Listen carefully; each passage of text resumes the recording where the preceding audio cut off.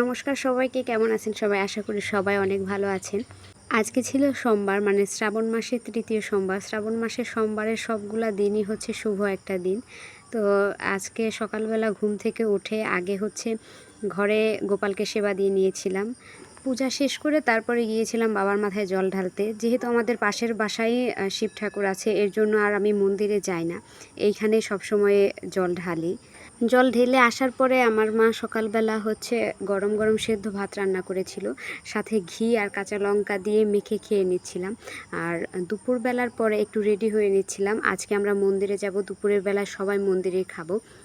মন্দিরে ভোগ দেওয়া হয়েছিল, সেজন্য সবাই মিলে রেডি হয়ে একদম বের হয়ে হেঁটে হেঁটে চলে যাচ্ছিলাম। মন্দির থেকে আমাদের বাসা খুব একটা দূরে না, কাছে। অনেক দিন পরে মন্দিরে এসে প্রসাদ খাওয়ার সুযোগ হয়েছে। আজকে একদম মনটা ভরে প্রসাদ খেয়েছি। অনেক দিন আগে থেকে ইচ্ছা করছিল মন্দিরে যেয়ে একটু এভাবে বসে প্রসাদ খাবো, তো আজকে সেই ইচ্ছাটা পূরণ হয়েছে। যাই হোক, সবাই মিলে অনেক শান্তিতে প্রসাদটা খেয়েছিলাম। আর এই প্রসাদগুলো খেতে এত সুস্বাদু ছিল, যা মানে বলে বোঝানোর না। খাওয়া দাওয়া শেষ করে গেছিলাম এই মন্দিরটাতে। এই মন্দিরটা এটার পাশেই নতুন হচ্ছে।